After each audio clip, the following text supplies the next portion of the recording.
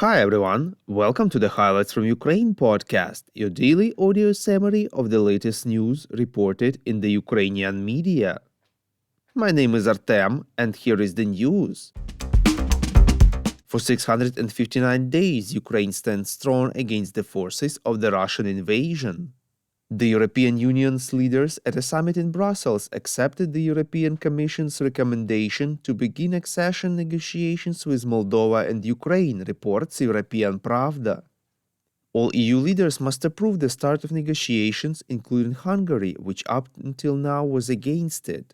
Key leaders attempted to persuade Hungarian Prime Minister Viktor Orban of the necessity of backing Ukraine. Subsequently, the Hungarian Prime Minister declared that while he sees no reason for negotiations, he was not opposed to Ukraine joining the EU. When the European Union leaders voted to open accession negotiations with Ukraine and Moldova, Orban was absent from the room and thus there was no veto. Several European Council officials claimed that Orban deliberately left the meeting during the vote. Sources also told European Pravda that the leaders of every other EU state voted in favor of opening accession negotiations with Ukraine. There were 26 votes in favor and 1 abstention.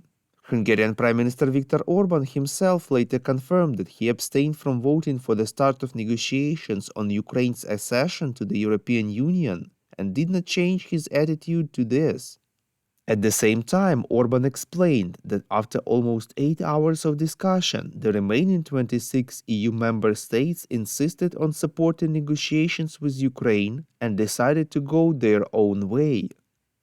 The decision of the EU leaders means that the European Commission, without further delay, begins to prepare the technical aspects of negotiations with Ukraine on membership, the so-called negotiation framework. The framework can be approved at the next EU summit in the spring of 2024 if it is recognized that Ukraine has fulfilled all the previous criteria of the European Commission. President of Ukraine Volodymyr Zelensky called this decision, quote, "victory of Ukraine, the victory of the whole of Europe, a victory that motivates, inspires and strengthens," unquote. We would really appreciate if you could recommend us to your friends and family, as well as share information on social media. This really helps more people to find about the highlights from Ukraine and truth about Russia's invasion. Later, Hungarian Prime Minister Viktor Orban blocked the adoption of the EU budget decision, which would have included a medium-term aid program for Ukraine worth 50 billion euros. President of the European Council Charles Michel informed that only one country could not agree to this decision. The remaining 26 leaders agreed to this mega package. However, as Michel emphasized, the package was not rejected but postponed. The leaders agreed to an extraordinary summit, which will be devoted to this issue at the beginning of next year. BBC News Ukraine announced the winners of the BBC Book of the Year 2023 award. This year's Book of the Year is Drabina, or Ladder, by Evgenia Kuznetsova. The novel is the second book of the Ukrainian writer. The book was written already during the full-scale invasion and tells about the life of those people who are not fighting and what they feel. The main character is a young Ukrainian, Tolik, who works as an IT specialist and lives in Spain, where he moved long before 2022. A guy just bought a house and was going to make it his dream home, but everything changed on February 24th.